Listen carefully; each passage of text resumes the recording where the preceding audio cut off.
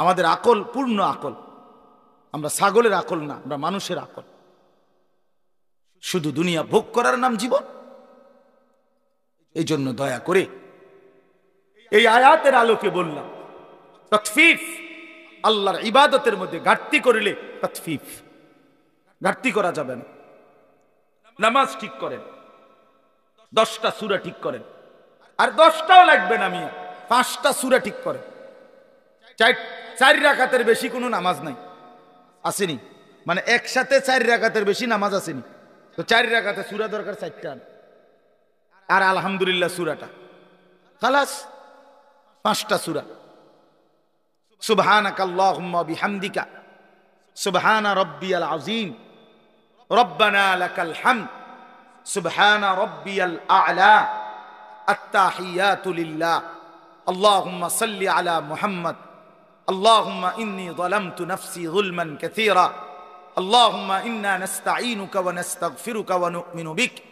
এই দোয়ায় কুনুত আর শুদ্ধ করে আল্লাহু আকবার, সামি আল্লাহু লিমান হামিদা, রব্বানা লাকাল হামদ, খালাস, জান্নাত। জান্নাতের বুঝ হয়ে গেছে। এর দূর কই, এবারে এর দূর শিখত রাজি না, এমন শক্ত ডাকায় পাথর ভাঙে যাবে, মাগার হেবড়ার কলজা লড়ে না। বাপরে বাপ, পাষাণ ওই মানুষগুলো। এত হাজার বার, এত লক্ষ বার বলার পরেও যারা এই কদ্দুর সূরা কেরা ঠিক করে নাই, এদের কলজা পাথরের কলজা। তারা বুঝছে এটাই জিন্দিগি, মানে বনবিরি। আমার বাপ, তাহলে আল্লাহর হকের মধ্যে আজকে আমি শক্ত বললাম, আল্লাহর হক ঘাটতি করবেন। ওযু, নামাজ, সূরা কেরাত, দোয়া, কালাম কষ্ট করে হলেও শিখবেন তো ইনশাআল্লাহ। আল্লাহ তৌফিক দান করেন। সর্বশেষ কথা হলো, বান্দার হক আরেকটা আছে, বান্দার হকে ঘাটতি করা। আপন বোনের সম্পদ আছে অনেকের কাছে, আছে না? আপনি এই সম্পদ কেন দিচ্ছেন না? দিচ্ছেন না কেন? এই হারাম কেন খাচ্ছেন? আপন ফুফুর সম্পদ, আপন ভাইয়ের সম্পদ, আপন ভাতিজার সম্পদ, আপন আত্মীয় স্বজনের সম্পদ কেন দিচ্ছেন না? এটা আপনার কাছে বান্দার হক না? কথা বলেন না কেন? এটা দিবেন না কেন? আপন স্ত্রীর মোহরের টাকা কেন দিচ্ছেন না? লজ্জা করে না? শরম নাই বেটা? দুনিয়ার কোন পাওনাদাররে এতদিন আটকায় রাখতে পারবেন? তো আপন স্ত্রীর মোহরের টাকা দেবেন না কেন? কান্দে বে বে করে, তুমি কি নিবাগা টেহাডি? হ্যাঁ, টেহাডি নিবাগা? বে বে করে, বে বে করেন কেন? স্ত্রীর হক এটা, বেচারিটা বেচারিকে দিয়ে দেন।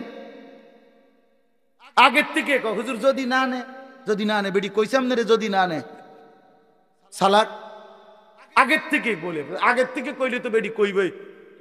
হ্যাঁ হ্যাঁ, হুজুরে কইছে দিতাম, তবে ইচ্ছা করলে তুমি নাও নিতে আরো তো, তো ছাড়ছে তো। আপনি তো আগের থেকে কথা বাইল করে কইছেন।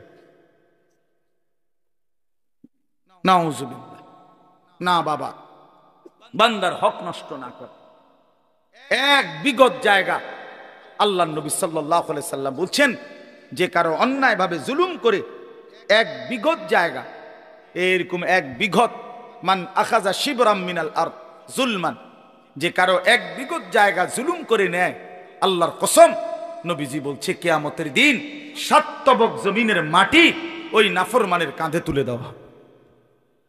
7 তবক মাটি কয় কেজি হইব? 10 কেজি মাটি। হ্যাঁ, কেন বোনের সম্পত্তি দিবেন? বোনের সম্পত্তি দিয়ে দিবেন।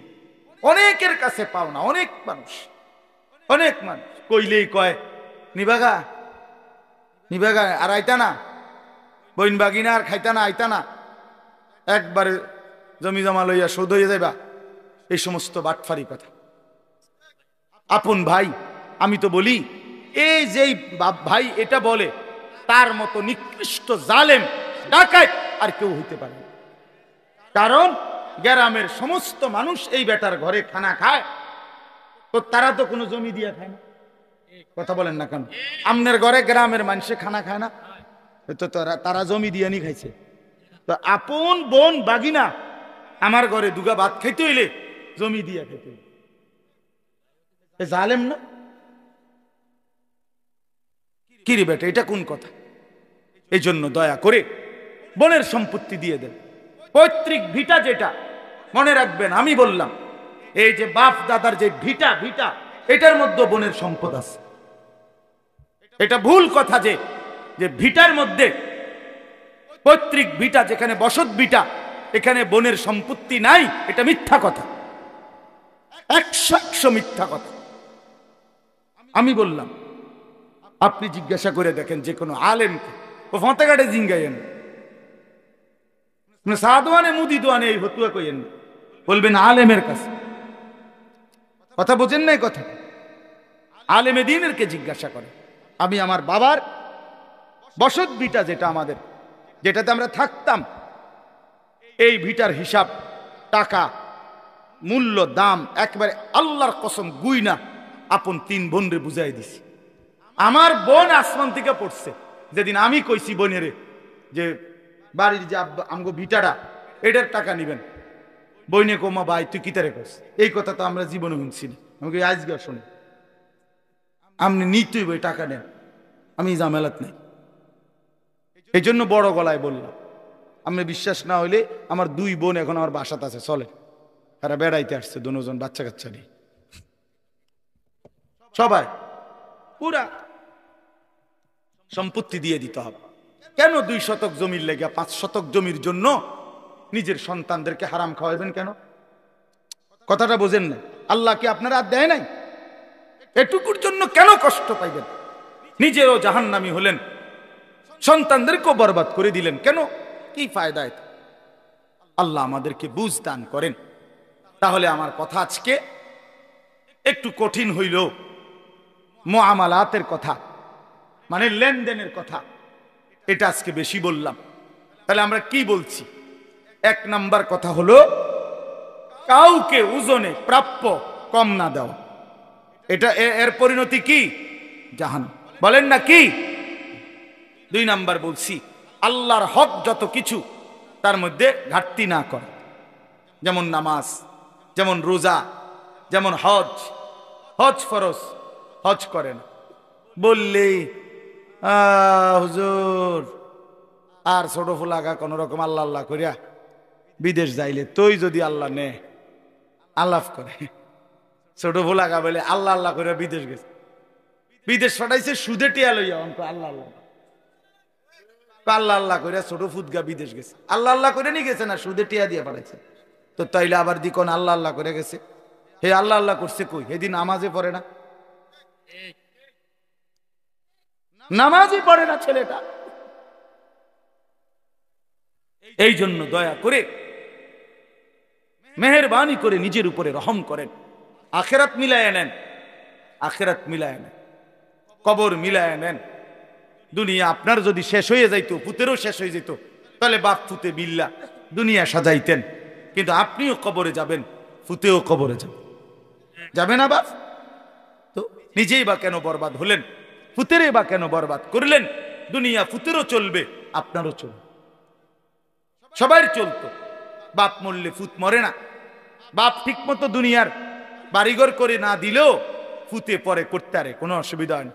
যে বাচ্চা বাপ হারা এতিম, এই তো বড় হইলে বাড়িঘর, বিয়া শাদি, দোয়ান, বিল্ডিং ইডি করে লাইতার। ইডিয়া তো আর বিল্ডিং কোন একেবারে আশ্চর্য কিছু না, ইতান কোনো টাইলস, হ্যাঁ এগুলা কোন একেবারে অবাক কিছু না যে কোটি কোটি এক এক মানুষের ঘরে কয় টাকার মাল। হ্যাঁ, যারা একটু সম্পদশালী কি 200 কোটি টাকার মাল, বেটা 50 লাখ টাকার মাল হইব। তো 50 লাখ টাকার মালের জন্য এত মিশা কথা কোন লাগে বেটা? এত বাটপারি করতে হয় বেটা? দুনিয়া পার হয়েই যাবে।